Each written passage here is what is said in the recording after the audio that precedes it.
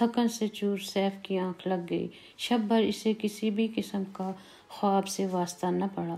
صبح بیدار ہوتے ہی وہ آج کے کام میں مصروف رہنے کی تیاریاں کر رہا تھا کہ زر کی شکل دکھائی دی۔ کہو، پسند آیا کام؟ مزید کام کرنا چاہتے ہو؟ ہاں، مجھے کام کرنا ہے۔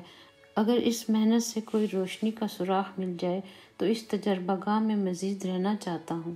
آپ کو معلوم ہے اس وادی تک جانے کے لیے کتنی رقم کی ضرورت پڑے گی؟ کثیر رقم کو اکٹھا کرنا ہی سب سے اہم کام ہے۔ جو لوگ اپنے مستقبل کے لیے بچت کا عنصر موجود رکھتے ہیں یقینی کامیاب اور کامران ہو جاتے ہیں۔ ابھی ابتدا ہے، تسلسل برقرار رکھنے میں صبر ملحوظ خاطر رکھنا پڑتا ہے۔ وقت کی قدر اور اپنی عمر کے مطابق اس کا مصرف بھی ضروری ہے۔ دوسری شام زر ہاتھ میں تھامے وہ سوچ رہا تھا کہ وہ ایک جگہ جام ہو گیا ہے۔ اس کا محرک ہونا اس کی روزی کا ذریعہ تو بن سکتا ہے، لیکن ایک قدم بھی منزل کی جانب نہیں اٹھ رہا۔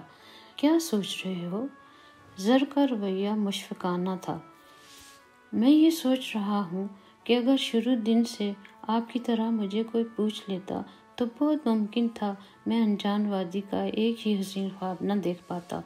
خواب دیکھنا کوئی بری بات نہیں۔ ہر خواب انسانی ذہن کی تخلیق ہوتی ہے جو اس کی سوچوں کو یکجا کر کے اس کی زندگی کا ایک اہم حصہ بن جاتی ہے۔ وہ تو ٹھیک ہے، لیکن ہر شب ایک ہی خواب کا متواتر آنا کسی اہمیت کا حامل ہوتا ہے یا نہیں؟ کل رات تمہیں کسی خواب سے واسطہ پڑا؟ تھکاوٹ اتنی تھی کہ خواب تو خواب، پانسا پلٹنا بھول گیا۔ دیکھا، اپنے سوال کا ابتدائیہ تمہیں از خود مل گیا۔ خوب محنت کرو اور جب تک تمہارے وسائل اس حد تک پہنچ جائیں کہ تم بڑی آسانی سے اس وادی تک رسائی حاصل کر سکو تو اگلا مرحلہ اس وادی کی بود و باش، ان کے رسم و رواج، قوانین اور ازواجی زندگی پر سے بھی پردہ اٹھ جائے گا۔ تو کیا پریوں کے ساتھ زندگی نہیں گزاری جا سکتی؟ کم از کم میں اس تجربہ گاہ میں نہیں گیا۔ دیو، جن اور پریوں کا ذکر تو ہے اور بہت بار سنا بھی ہے، لیکن بحیثیت خاکی اپنی دسترس میں زر کی پہچان کی ہے۔ زر، زمین، زن، تینوں کو میں اچھی طرح جانتا ہوں۔ تینوں کا غلط استعمال یا فراوانی فتنہ ہے، یہ اپنی حدود میں رہیں تو بھلائی ہے۔ تمہیں زر کثیر کی ضرورت اس لیے پیش آ رہی ہے کہ تمہارا حسین خواب پورا ہو سکے۔ ہاں، یہ بات تو درست ہے۔ اور جو تمہارے والدین کا خواب تمہارے متعلق ہے، اس کا کیا بنے گا؟ انہوں نے ایسے کسی خواب کا میرے ساتھ کبھی کوئی ذکر نہیں کیا۔ اور تم نے بھی تو اپنے خواب کو پوشیدہ رکھا۔ آج پھر سے میٹھی نیند پوری کر کے جب کل کام پر آؤ گے تو مجھے قوی امید ہے کہ تمہاری حالت میں تبدیلی آئے گی۔ سیف عجیب طرح کی سوچوں میں وہ وادی بھول گیا جو متواتر اس کی زندگی کا ایک اہم حصہ بنی ہوئی تھی۔ ماں کی یاد ستانے لگی۔ باپ کا سنجیدہ چہرہ سامنے آ گیا۔ ان دونوں کے بڑھاپے کی جھریاں واضح دکھائی دی تو دل دہل گیا۔ نیند تو آئی، لیکن ایسے کسی خواب نے اس کو اپنی جانب مدعو نہیں کیا جس سے اس کی وادی کا تصور ابھرتا۔ صبح کام پہ اس کے ساتھ لڑکیاں بھی شامل تھیں۔ وہ انہیں کام کرتا دیکھ کر اس زمین پر زر اور زن کے بھنور میں پھنس کر رہ گیا۔ تیسری شام مزدوری کی رقم لیتے وقت اس نے زر کے چہرے کو پڑھنے کی کوشش کی، لیکن اس میں سے زن کے بارے میں کوئی رمق نظر نہ آئی۔ پوچھنے کے باوجود نہ پوچھ سکا کہ زن کو مزدوری کی کیا ضرورت پیش آئی۔ اس کا جواب شاید اس کی ماں کا چہرہ تھا، جس نے مکمل طور پر اپنے خاوند کے ساتھ محنت مزدوری میں بیٹے کی پرورش کی ہو۔ کام پر آئی لڑکیاں اپنی مزدوری لے کر اپنی اپنی منازل کو سدھاریں۔ وہ رات گئے تک انہی کے چہروں کے بروقار لاتا نیند کی آغوش میں پہنچا۔ کسی وادی سے آئی پری لڑکی کا روپ دھارے اس کے ساتھ مزدوری کر رہی تھیں۔ اسے کتنی بار دیکھا یاد نہیں۔ ہاں، ایک بات ہے کہ خواب کا رخ بدل گیا۔ یہ تو اپنے ہی معاشرے کا خواب ہے جس تک رسائی ممکن ہے۔ وہ صبح کاذب کی دھندلی تصاویر میں ایک نمایاں تصویر دیکھ رہا تھا۔ کام پر گیا مگر وہ تصویر نظر نہ آئی۔ اچانک وقت کا بوڑھا اس کے قریب آیا تو وہ اس پریشانی کے عالم میں دیکھے جا رہا تھا۔ کہو، کیسے گزر رہی ہے؟ وہ خواب اب بھی آتا ہے یا نہیں؟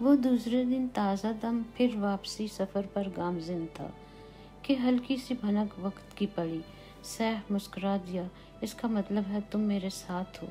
میں تمہاری مہربانیوں کا شکریہ کیسے ادا کروں؟ یقین جانو تم وقت ہو اور میں تمہاری قدر کروں گا۔ تیسرے دن کی ابتدا ہوئی، زر کا چہرہ نمودار ہوا۔ وعدہ رہا تمہیں اپنی محنت اور لگن سے کما کر بوڑھے والدین کے حقوق پورے کرتے ہوئے انسانیت کی بھلائی پر صرف کروں گا۔ تمہاری ساخت مضبوط ہوگی اور سدا بہتری پر خرچ ہوگی۔ والدین نے سیف کو گھر کی دہلیز پر قدم رکھتے ہی گلے لگا لیا۔ عاطف اور رقیہ دادی اماں کو شب بخیر کہتے ہوئے اپنے اپنے خوابوں میں چلے گئے۔